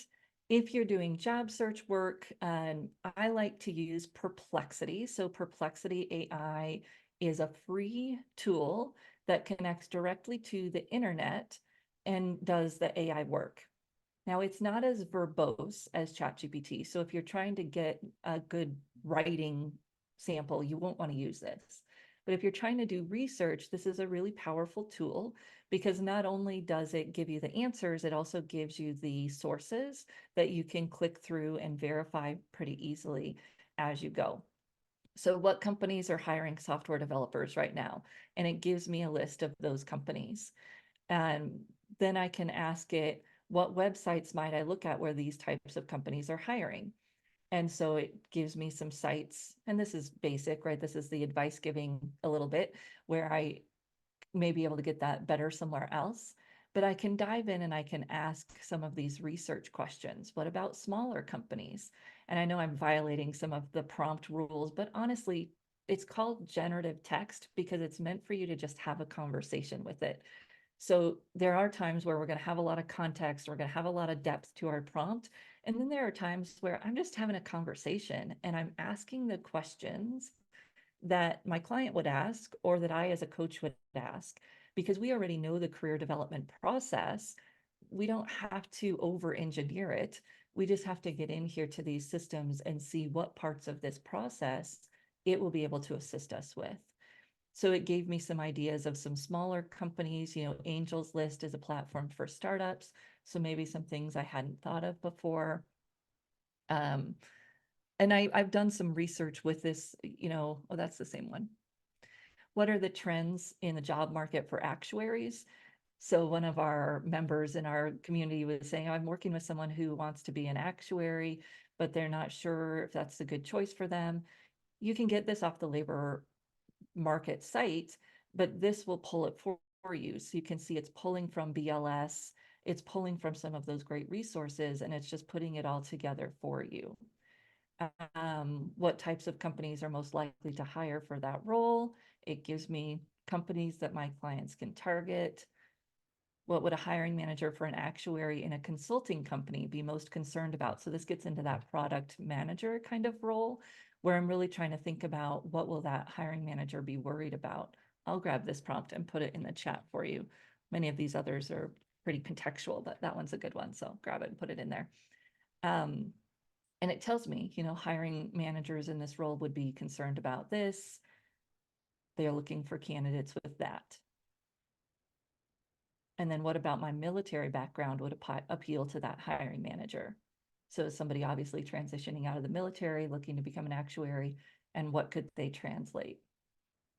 Now, all of this might not be true about my client, but it gives me some great questions to ask, some areas to dig in, and just some different thoughts to have than I might have not thought about on my own. And for an independent coach practitioner, this is the beauty of it, is that it's no longer, we all have blinders. We all have our own experiences. And actually, when you talk about bias, this can open you up as long as you ask the questions in a non-leading way. It can open that up and get you beyond your blinders to help your clients get beyond their blinders too. So I love that piece of it. It just kind of opens up the whole world beyond what we were thinking. I had one of my members come in and she said, oh, my client's wondering, how often recruiters are used in education. And I feel bad because I don't know the answer to that. I was like, we don't need to know the answer. We can come here and we can ask, and then we can use our professional experience. And actually, in that specific case, I was in education for a long time, and my immediate gut reaction was, I didn't see that many roles hired with a recruiter, like the assistant athletics director, or the athletics director, or the president, the sports coaches. Those were the only roles I ever heard of that were used an outside recruiter. But when we came in here and we asked Perplexity, it said it was pretty common. Then it gave us a list of companies that do education recruiting. So sometimes even our own professional experience might not be the big world reality, and this can give us that opportunity to check it out. So your research tool, this is something it speeds up, makes it faster, so you can ask better questions. You can key in on those audiences' needs and what they really are interested in, and then you can spend more time with your client digging out their stories instead of fumbling around on BLS. Now it just pulls it all together really quickly. So the next one that I was going to look at is this data analyst. So is teaching our Academy Certified Resume Writer class just started last week. And in the first class, this is one of the things that we do. We put the job descriptions in for a sales manager, and that's all up here where we put in the job descriptions. And then using the job descriptions above, what are the qualifications? What are the main skills, hard and soft? What are the verbs that are most important? So if I'm going to be using verbs in my resume, now I can find the verbs that the job descriptions are using. What language do they use for nouns, technologies, etc.? What adjectives or descriptors stand out? And it went through those job descriptions.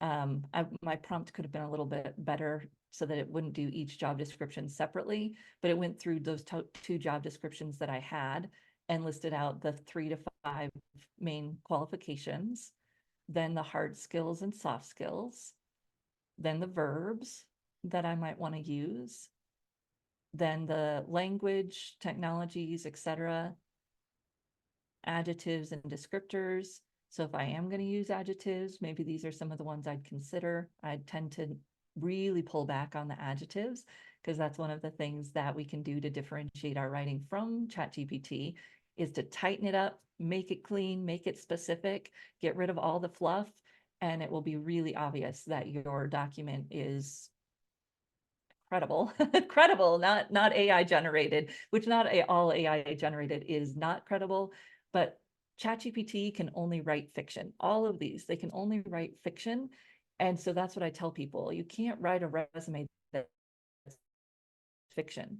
So yes, you can use some of these tools to get ideas, but when it comes right down to it, it has to be your content. And that's what's going to make the difference. So I know we were talking about, do hiring managers care or not? To me, as a hiring manager, if I'm hiring someone, if I could tell that you use ChatGPT, it wouldn't bother me unless I can tell that you just used the boilerplate bullets, and then I'm going to question everything on there because I can't believe anything it says if you're just using the bullet points that ChatGPT will write. Because you can come in here and you can ask, actually, let's do that. So we've got all these job descriptions here. So we could say, write a resume. Sorry, my Zoom is in the way, right? And I'm going to say sample resume because every once in a while, ChatGPT will get cheeky and tell you that it can't do that. But if you say write a sample resume for this job, it will do it. And this is what most of our clients are going to do because they don't know good prompts or they see the junk prompts that people share on LinkedIn. And so what it does is it writes a very old school resume that usually includes this objective, tons of fluff, right? Dynamic and sales driven, results driven sales professional, proven track record. I mean, these are the things we really need to get out of our professional writing to differentiate what we're doing from what ChatGPT can do. That phrase should not be in any of our professional resumes anymore. Get it out, get it out, get it out. Just start with a verb: exceeded sales targets, built strong relationships. And then it makes things up. Managed a team of 8 sales professionals. And you might say, oh, no one would ever use this. Oh, yes, they would, right? Because it sounds good, doesn't it? But it's fiction. And so if I was a hiring manager and I could tell that someone had used ChatGPT, which I got to say, after you've seen some of these, it's really obvious because of the language they use, because of just the composition of the way it's put together. When I see that, I would start to question if the person is real. Now, that doesn't mean you can't use these tools in your writing. You just have to be really careful to make sure that these points are all accurate and to work in the specifics of your client's story, because that's what really makes the difference. So for the writing process itself, I'm going to come up here and maybe we will actually do the presentation view on this one. Are you still seeing that? Yeah, okay. So you can use AI to help you with the focus. What's most important? Oh, that's funny. It's timing itself. Don't time yourself. You can use it to get the focus. You can use it to write sample job descriptions, sample bullets. That's great. It gives you the goalposts. It tells you what you're aiming for. You can do this before a prospect call, and you'll have excellent questions to ask because you know some of the goalposts that are needed for the job. Really great if you're helping people that you might not be that familiar with their career field, working in a university setting or whatever it might be. This is an awesome way to get that information. And then let's see here if I can do that. Okay, then you have to put in the person's actual stories. So you're using those examples to guide your questions and get the person's real stuff. How many, how much, to what end, what were the results? We've got to fill in the gaps so that we can change those generic comments into specific things that our resume person has done. Now, of course, as a professional writer, I'm going to take it even deeper and I'm going to think about their brand and what is it that they bring through all of their stories and how are we weaving it all together. So this is kind of surface level, what a human, job seeker out there needs to think about. As professional writers, we would take it even deeper with those human stories and think about the themes and the overarching theme that we're going to build for the person. But when it comes right down to it, we want that theme to match up with the requirements and then go to that unique place that only my clients can bring. And that's what we get with the stories. Then, as we were talking earlier, we can use the system to take that raw content and massage it for us. Here, we've got to be really careful because it will bring in things that aren't true. It will take out specifics to put in keywords. So you want to be careful if you're going to use it for this step. I would say this is the step that fewest writers are using it for. But some people are using it, take this raw interview content and turn it into bullet points for me. It gives you a starting place. If you're working with people who are more entry level, it can be really helpful to do this. It speeds up the process, but you lose a little bit of that strategy part. So like I said, I think there's fewer writers using it to do this. I like to do this for a LinkedIn profile, so I can take the resume plus the person's answers to some of my LinkedIn intake questions and ask it to write 4 LinkedIn profile summaries, right? Because it can do it in 5 seconds. And then I can pull and piece the pieces that I like from those 4 examples. And then I might have my own information that I'd add as well.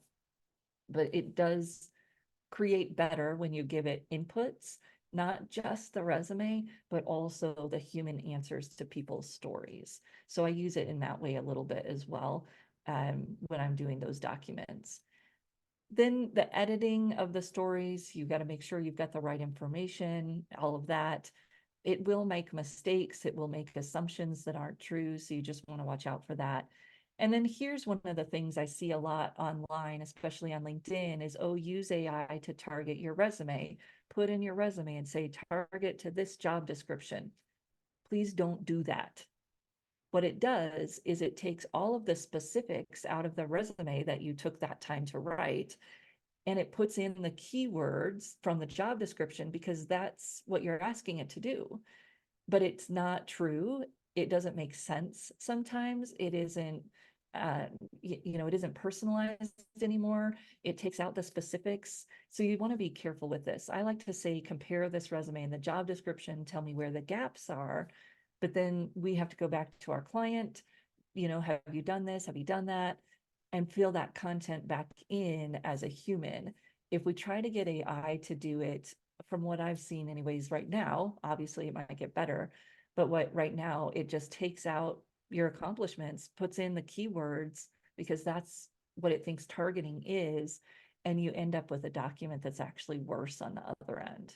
So that's one of the things I would say I see a lot of people telling people to do on LinkedIn, and we really don't want to tell people to do that, especially if they've taken a lot of time writing a good resume and putting in their own stories. Now you're going to have AI just go and wipe all of those out, which is unfortunate. Okay, so that is our writing piece specifically, but then I had a few other prompts that I wanted to show you. Let me see if I can figure out how to get out of this guy. There we go. So the other thing, this was just an example of Gemini. So I do tend to use ChatGPT, the free version, a lot. I don't recommend you buy ChatGPT unless you are using it a lot, and you will benefit from the paid features, which are being able to keep your history a little bit longer, being able to train it a little bit more, and using the higher level language model, which for most of the things we're doing, we really don't need that higher level language model because we're doing the real writing piece. So why pay for something that we don't need? Gemini is the new name for Bard. So Bard changed to Gemini, I don't know, a week ago, but you can still go to Bard and it will just redirect you to Gemini. I like this one because, again, it is free, although they rolled out their own paid version. The free version is doing just fine for me. And this is where I like to do some of that customer persona work that was shown in the first example. I like to do it in here because it is connecting directly to the internet for free.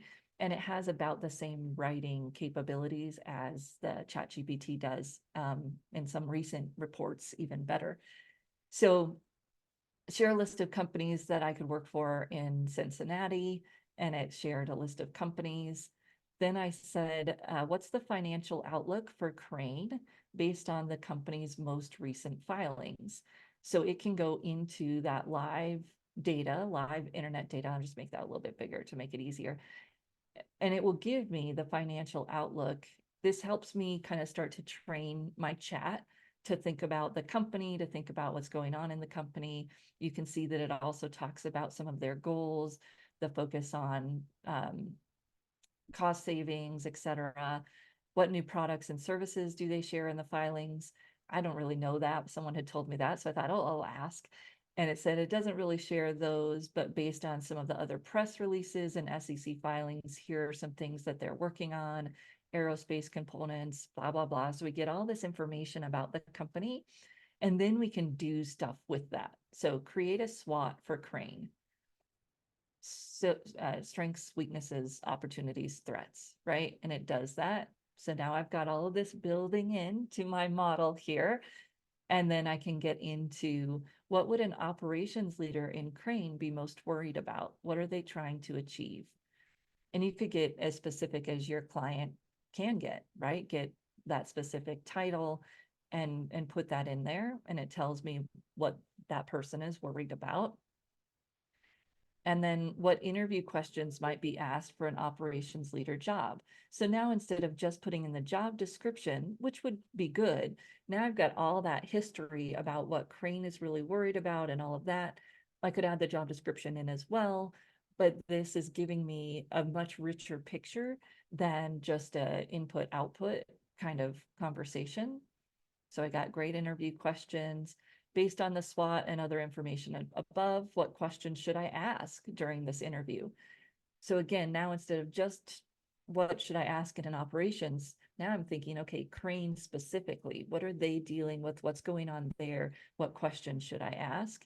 And you could see how then you could factor all of this into even a resume. So I don't have it in this post thread, but we did it yesterday in our sandbox office hours of now you have all this information about the company. What from my resume should I highlight based on Crane's SWOT? And it will give you, these are the things from your resume that speak to the current challenges and problems that Crane is having. So it's just a very cool tool to walk through it and ask it questions and then add that richness to your professional knowledge so that you can get better content for your resumes or do better at preparing people for interviews, all of those pieces that come together. So I just kept asking it questions about Crane. Then I asked it to write 10 sample accomplishments for a resume targeting operations role at Crane, and I did that. So really unlimited options. We just want to keep it in our framework. What do we already know that we do? And how could you experiment with these tools to help you enhance some of those processes that you're already doing? Excellent. So I will say that we do have, let me get my end here. We do have a program, it's called a sandbox, because that's where we're just all playing around and learning. And we have monthly office hours. I started a prompt library, and to the first presenter's point, as soon as I started it, I realized that it's really not about the prompts. It's about the process. It's about integrating it in. And so we started this where we go through more case studies of how do you use it. And I also have a bunch on the Career Thought Leaders YouTube channel of the different technologies and different ways that you can use the tool. So you can check out the Career Thought Leaders YouTube channel as well.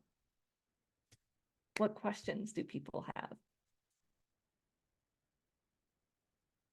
There's nothing in the chat yet, but I'm excited for people to share. I think you were just so comprehensive. People's minds are going, because it was really, really good. It really is. It's such a great tool. It's a lot of fun just to see what you can help clients uncover. And I don't think it's a bad thing to like sit at it with a client. Some people have thought, oh, if I show the client how to use it, it diminishes my value.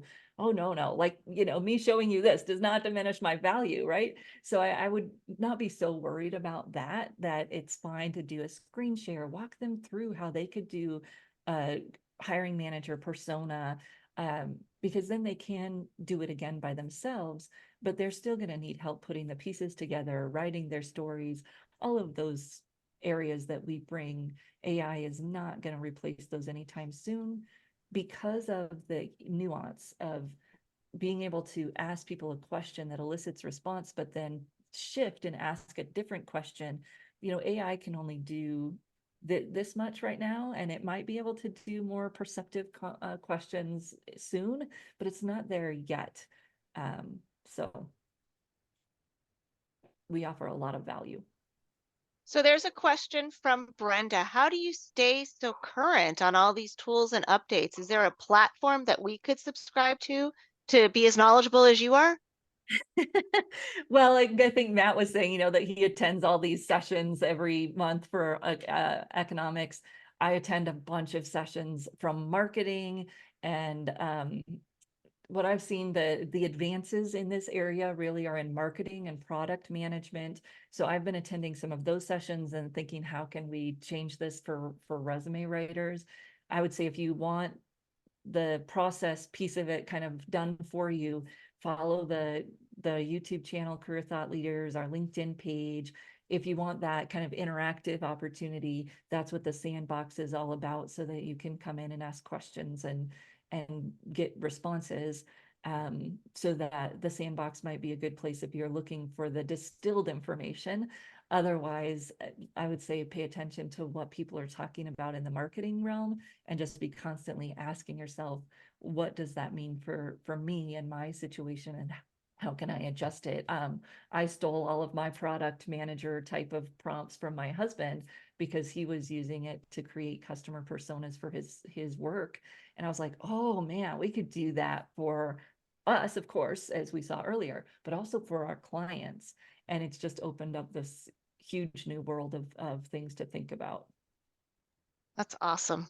Mostly the chat is just blowing up with thank you so much. I'm sure you can see that and how amazing you are. If you would kindly put in your LinkedIn URL for us to reach out to you and connect, that would be wonderful. And as Marie is doing that, I want to toss it over to Lori Norris, who's going to share a little bit with us about, if you're not already a member of RWCA, how you can join our amazing group.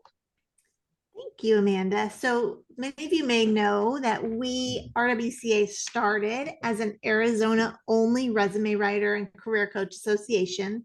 And when COVID kind of forced us to move our meetings online, and then several of our very valuable members relocated to other states, we made the decision as the board to open up our membership to people in all states.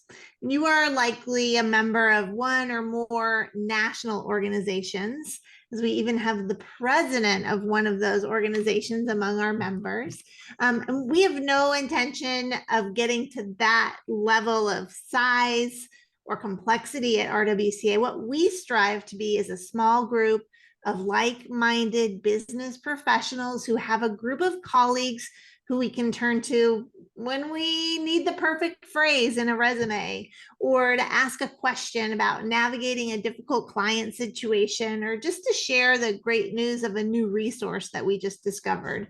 And many of us are solopreneurs or small businesses, and quite honestly, it can get kind of lonely and feel very isolating. So we get together at RWCA monthly, except we take July off because it's terribly hot here in Arizona and we're all out having fun anyway.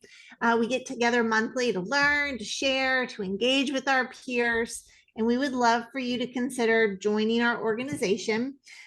Just some of the quick benefits that you receive: you make monthly education, we give scholarships so that you can go out and attend other trainings to continue your professional development. We give national conference recaps. We have social media accounts that we give you exposure through.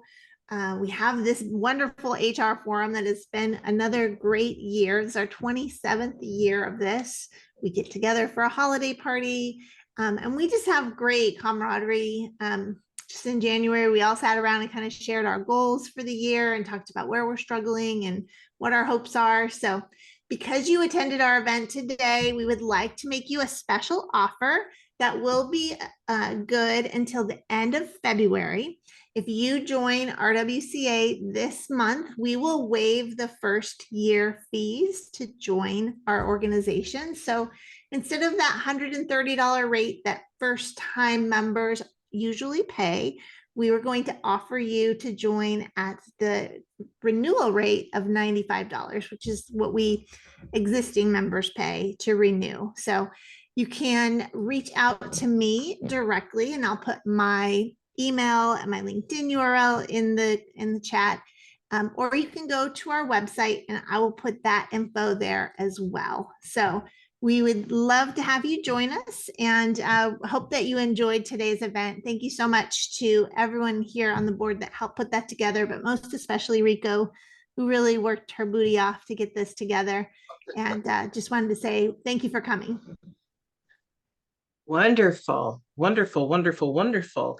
I want to say thank you to everyone that is here today. I see some new faces. Thank you for the wonderful comments you guys are putting into the chat. We really do appreciate it. We do work hard, and we do have fun. So there's a nice balance, hopefully, that we get in here. We'd love to have some of you become a part of us. Reach out to Lori. She will be able to help you and navigate through all of that. Thank you to Amanda for being our facilitator today. And certainly to all of our speakers, they did a wonderful job. It is 1 o'clock. We value your time, and we are going to let you skedaddle because we know that people have other things that they need to do. We have kept our time and our promise to do that. We hope to see you at another event. And you all can also attend one of our meetings for free if you would like to see what we're doing, and come and enjoy. All right. We hope to see you again. We look forward to reaching out and connecting even more. You all take care. God bless. We'll get the recording to you as well. Bye-bye. Board, stay on, please.